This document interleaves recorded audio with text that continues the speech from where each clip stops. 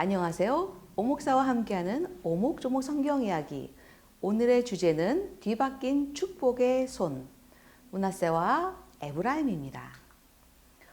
요셉이 30에 애굽 총리가 되었고 7년의 풍년 기간 동안에 두 아들이 태어났습니다. 흉년이 들기 전에 요셉에게 두 아들이 나되 곧 온의 제사장 보디베라의 딸 아스낫이 그에게 낳은지라.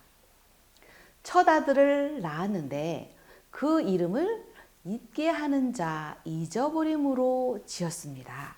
요셉이 그의 장남의 이름을 므낫세라 하였으니 하나님이 내게 내 모든 고난과 내 아버지의 온 집 일을 잊어버리게 하셨다 함이요.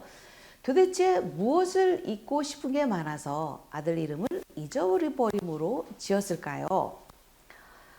네, 첫 번째는 내 모든 고난, 두 번째는 내 아버지의 온 집 일이었습니다.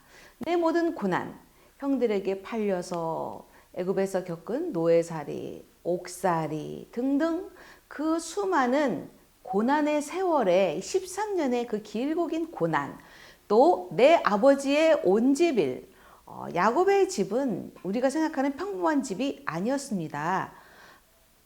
그 엄마 외에 다른 어머니 3분, 그리고 배다른 형제 10명, 거기다가 요셉은 그 베냐민이 태어나기까지 한 10여 년 동안 막내로 살았습니다. 그러니까 그 집안에서 수많은 그 질시와 질투와 미움과 다툼, 네, 채색옷은 입었지만 형들로부터 아니면 서모로부터 받았던 나름의 무언가 아픈 일들이 많이 있었습니다. 그러니까 내 집에 있었던 온 일들을 잊고 싶었습니다.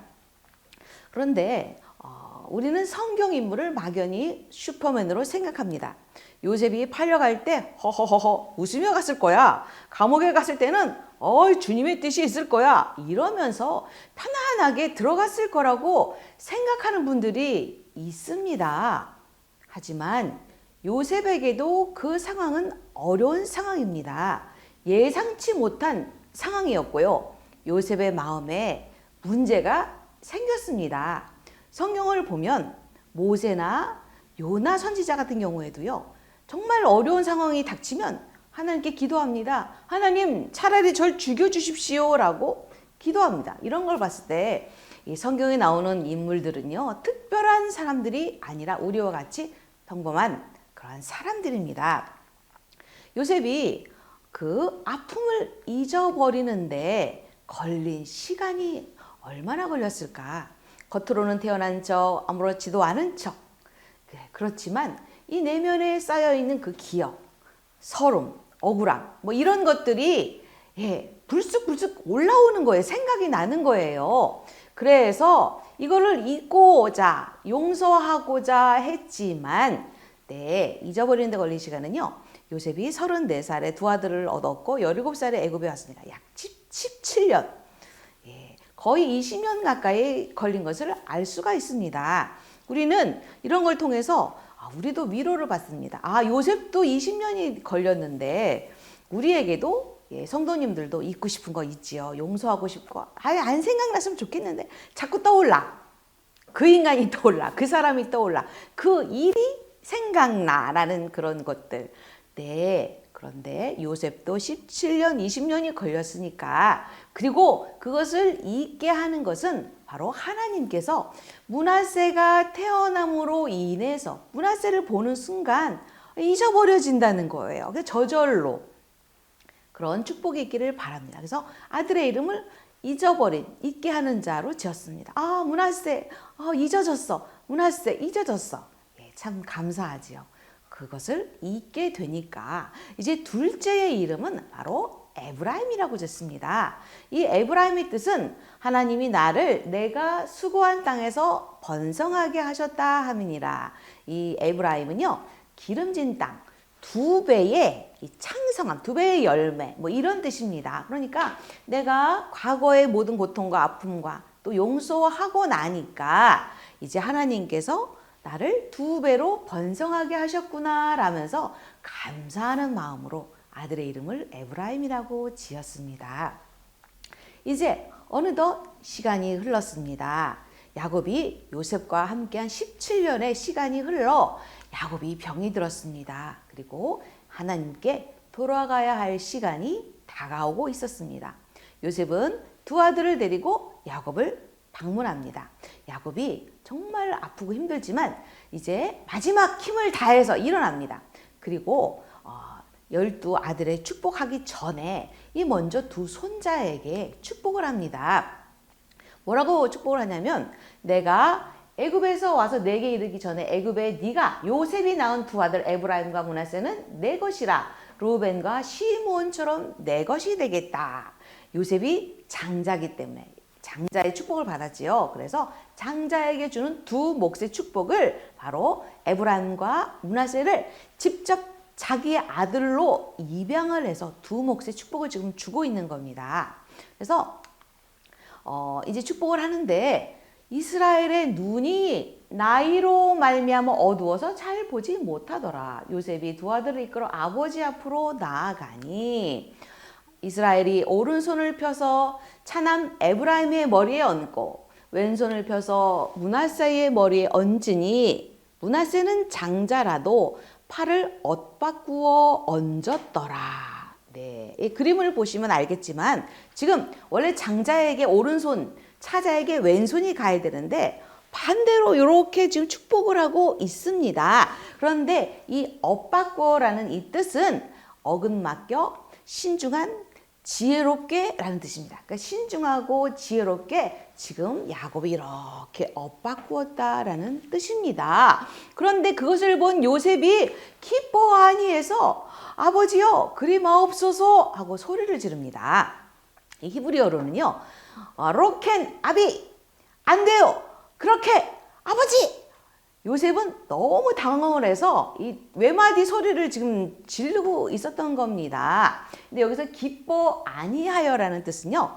직역이 그 눈이 근심하여 사나워졌다, 악해졌다라는 뜻입니다. 지금 영적인 눈을 뜨고 지금 두 손자에게 축복하는 야곱과 영적인 눈을 뜨지 못한 요셉의 모습을 지금 우리가 볼 수가 있습니다. 영적인 눈을 뜨고는 지금 누가 축복을 받아야 되는지 야곱 분명히 알고 있는데 요셉의 눈에는 아버지가 지금 아버지 노망든 거 아니야? 지금 인간적인 생각을 지금 하고 있었던 겁니다. 그런데 그때에 야곱이 말합니다. 요셉아 나도 안다.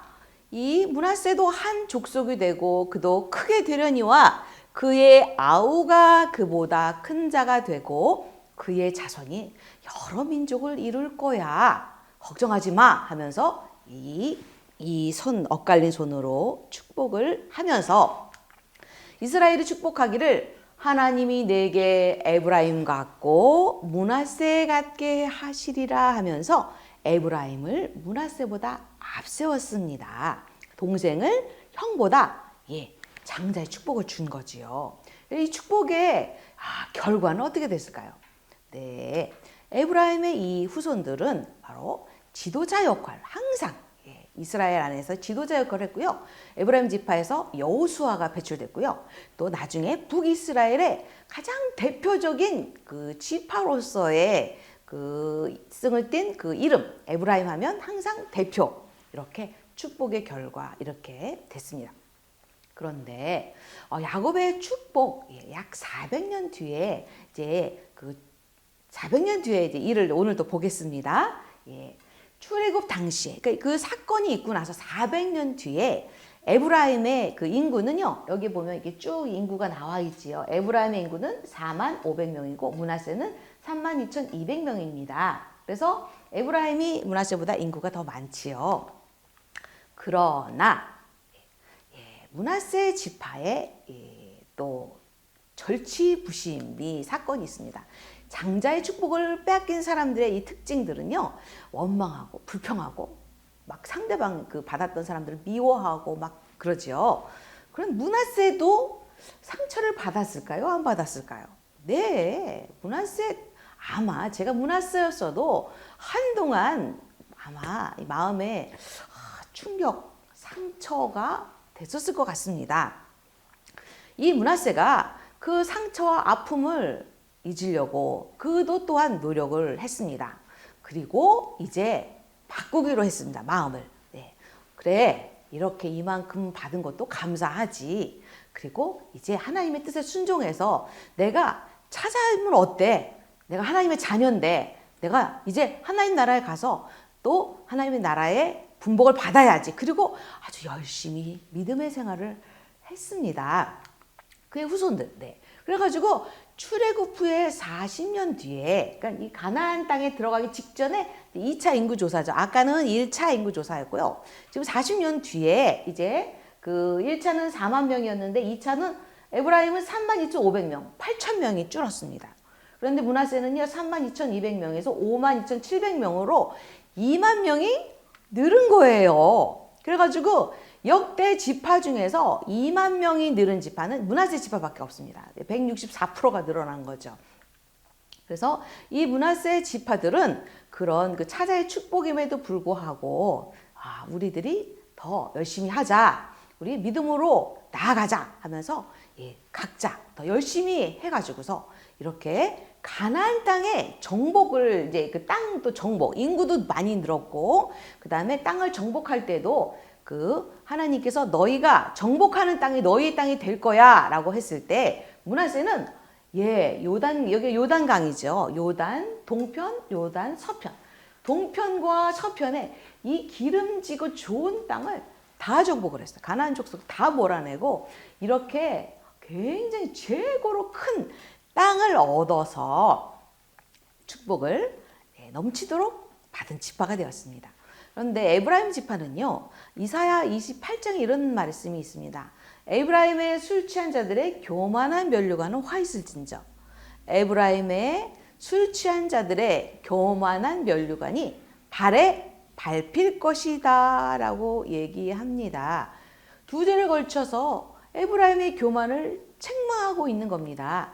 교만한 에브라임 지파는요, 훗날 하나님을 떠나서 우상을 섬기는 그런 대표적 일을 하게 됩니다.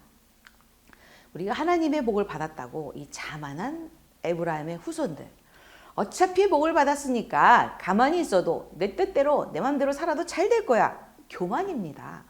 그래서 잘못된 믿음으로 축복을 잘 지키지 못했습니다. 므낫세 지파는 오히려 말씀에 순종하면서 열심히 노력해서 갑절의 복을 일구어냈고요. 이렇게 우리가 어떠한 형편에 있을지라도 약속을 받았다고, 축복을 받았다고 교만해서도 안 되고, 또 축복을 좀 덜 받았다고 해서 낙심할 필요도 없다는 겁니다. 항상 감사하는 마음으로 최선을 다하는 자에게 하나님은 복을 주십니다.